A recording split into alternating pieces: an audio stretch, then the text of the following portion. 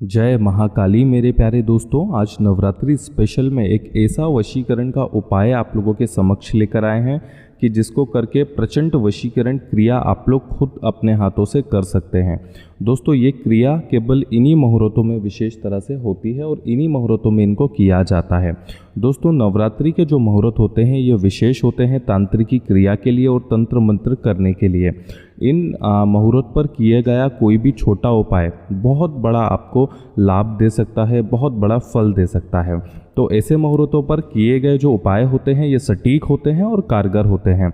दोस्तों, ऐसा ही वशीकरण का एक अचूक उपाय आप लोगों के समक्ष लेकर आया हूं, जो कि इस उपाय को करके आप किसी भी ऐसे व्यक्ति को सम्मोहित कर सकते हैं जिससे आप प्रेम करते हैं, ऐसे व्यक्ति को सम्मोहित कर सकते हैं जिसको आप चाहते हैं, या कोई अपना है जो दूर चला गया है।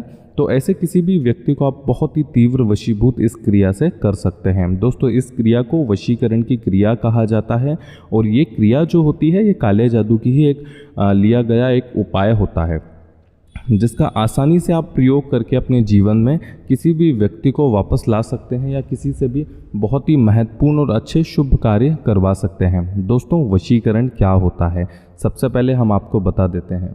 दोस्तों, वशीकरण एक ऐसी क्रिया होती है कि किसी व्यक्ति को अपने मस्तिष्क के अनुकूल बनाया जाता है, अपने अनुकूल बनाया जाता है।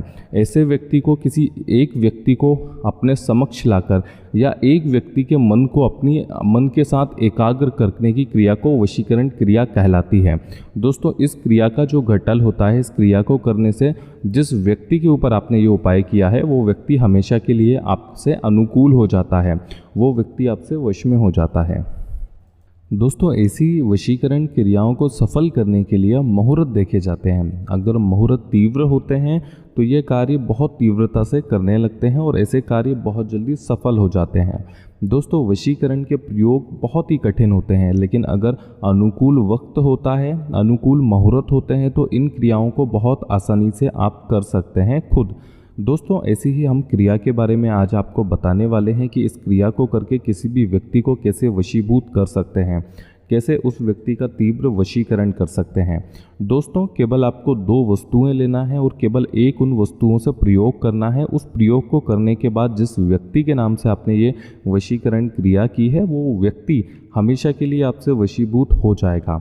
दोस्तों, इनके लिए 2 ही सामग्री आपको लगेगी। पहली, जो चिता का कोयला होता है। दोस्तों, अगर आसपास कोई शमशान घाट होता है जहाँ पर मुर्दे को जलाया जाता है तो वहाँ से आप कहीं से भी उसके आसपास से उठाकर उस चिता का एक कोयला ले आइए। दोस्तों, ये क्रिया आपको घर से बाहर करना है और इस क्रिया को नवरात्रि में ही आप कर सकते हैं। इसके बाद यदि किसी भी अमावस्या या पूर्णिमा पर करेंगे तब इसका प्रभाव बहुत अच्छा आप लोगों को देखने मिल जाएगा। दोस्तों, उस कोयले को लेकर आइए और एक नींबू आप लीजिए। नींबू ताज़ा और हरा होना चाहिए। जो हरे नींबू तंत्र प्रयोग में कार्य करते हैं। पीला नींबू कभी भी तांत्रिकी कर्मों को प्रयोग नहीं किया जाता है और पीले नींबू को कभी भी तंत्र के किसी भी चीज़ में प्रयोगित नहीं माना जाता है। इसलिए केवल नींबू आपको हरा लेना है और ऐसा नींबू लेना है कि जो ताज़ा हो और अच्छा दिखे। ऐसे बड़े नींबू पर जिस कोयले का आपने जो कोयला लिया है चिता का, उस व्यक्ति का स्मरण करते हुए उस व्यक्ति का नाम उस नींबू के ऊपर लिखना है जिस नींबू पर आपने ये क्रिया करनी है। दोस्तों, उस व्यक्ति का नाम उस कोयले से आप उस नींबू पर अच्छी तरह से लिख लीजिए स्मरण करते हुए। दोस्तों, स्मरण शक्ति ही सबसे बड़ी शक्ति होती है। स्मरण शक्ति से ही वशीकरण को केंद्रित किया जाता है। यदि स्मरण आप सही तरह से करेंगे, बिल्कुल दीनहीन होकर यदि स्मरण करेंगे तो उस व्यक्ति तक एक आह जाती है, एक ऐसा शक्ति जाती है, कैसी शक्ति से आप उस व्यक्ति को केंद्रित कर लेते हैं जिस व्यक्ति को आपको वशीभूत करना है। तो ध्यान रखिएगा कि स्मरण शक्ति आपकी बहुत मजबूत होना चाहिए। उस व्यक्ति को अच्छी तरह स्मरण करते हुए उस व्यक्ति का नाम उस नींबू पर अंकित अच्छी तरह से साफ तरह से कर लीजिए। अब उस नींबू पर आपको केवल 7 सुई चुभाना है। पहले अक्षर और बीच के अक्षर, जितने भी अक्षर होंगे उन अक्षरों पर आपको हर एक अक्षर पर एक सुई चुभाना है और अगर सुई बचेंगी तो एक नींबू के ऊपर और एक नींबू के नीचे आपको चुभो देना है।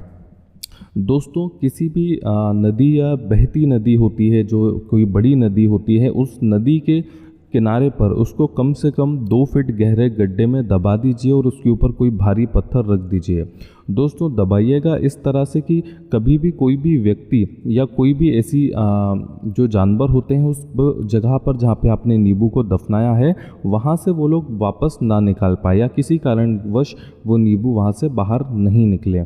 दोस्तों जब तक नींबू वहाँ पर दबा रहेगा ये वशीकरण क्रिया प्रबल होती जाएगी और ये वशीकरण क्रिया जो होती है ये सफल हो जाएगी। इस क्रिया के करने के 7 दिन के अंदर ही जिस व्यक्ति को आपने वशीभूत करने की कोशिश की है वो व्यक्ति पूरी तरह से आपके अनुकूल बन जाएगा, उसका तीव्र वशीकरण आपके साथ हो जाएगा। दोस्तों ऐसी शक्तियों को बड़े मुहूर्त में ही किया जाता है, तो ध्यान रखिएगा कि ये जो प्रयोग है ये विशेष नवरात्रि पर करने वाला प्रयोग है जो हमने आपको बताया है। फिर किसी भी बड़ी अमावस्या या किसी भी बड़ी पूर्णिमा पर आप इसका प्रयोग कर सकते हैं। किसी भी बड़े चंद्र ग्रहण या सूर्य ग्रहण पर भी आप इसका प्रयोग कर सकते हैं। तो ये जो कर्म होते हैं ये काले जादू के अभिक्रम होते हैं, इनमें चीज़ों का विशेष ध्यान रखा जाता है। दोस्तों नींबू, सुई और जो कोयला होता है ये विशेष प्रकार का घटल तैयार होता है जिसको तांत्रिकी अभिक्रम कहा जाता है और इसको प्योर एक टोटका माना जाता है। दोस्तों ये ऐसा टोटका होता है जो किसी भी दुश्मन को भी आपके समक्ष लाने को, आपके घुटनों के तक बल पर लाने के लिए ये टोटका फलीभूत हो सकता है। दोस्तों इन प्रयोगों को अगर किसी से प्रेम करते हैं, किसी व्यक्ति को मनाना चाहते हैं या अपने बॉस का वशीकरण करना चाहते हैं तो इनका प्रयोग आप लोग अपने जीवन में कर सकते हैं। दोस्तों ये प्रयोग सफल होते हैं, सही विधि से आपको करना है, घबराना नहीं है। दिन के समय या शाम के समय ही आपको इस प्रयोग को करना है। रात्रि में 11 बजे के बाद बिल्कुल भी इसका प्रयोग नहीं करना है, नहीं तो शैतानी शक्तियाँ जो होती हैं उसमें आवरण कर सकती हैं या आपका संपर्क उनसे हो सकता है। इस क्रिया को करने के बाद घर पर आ जाइए, नहा धोकर, हाथ मुंह धोकर या नहा धोकर आप अपने घर में अपने कर्म कर सकते हैं। दोस्तों ध्यान रखिएगा इस प्रयोग को केवल घर के बाहर ही आपको करना है। घर जो चिता का कोयला जो होता है वो बिल्कुल भी अपने घर पर कभी भी लेकर नहीं जाना है। इस प्रयोग को करने के बाद इन सभी सामग्री को जल प्रवाह आप कर सकते हैं और नींबू को दफना सकते हैं। किसी भी परिस्थिति में पीछे मुड़कर आपको नहीं देखना है, चाहे आपके नाम से कोई व्यक्ति आपको पुकारे तब भी आपको पीछे पलटकर नहीं देखना है।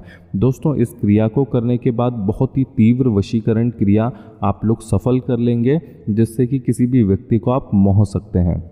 दोस्तों जय महाकाली। यदि मेरा टोटका प्रयोग यदि आपको पसंद आया है तो चैनल को लाइक और सब्सक्राइब जरूर करिएगा। जय महाकाली।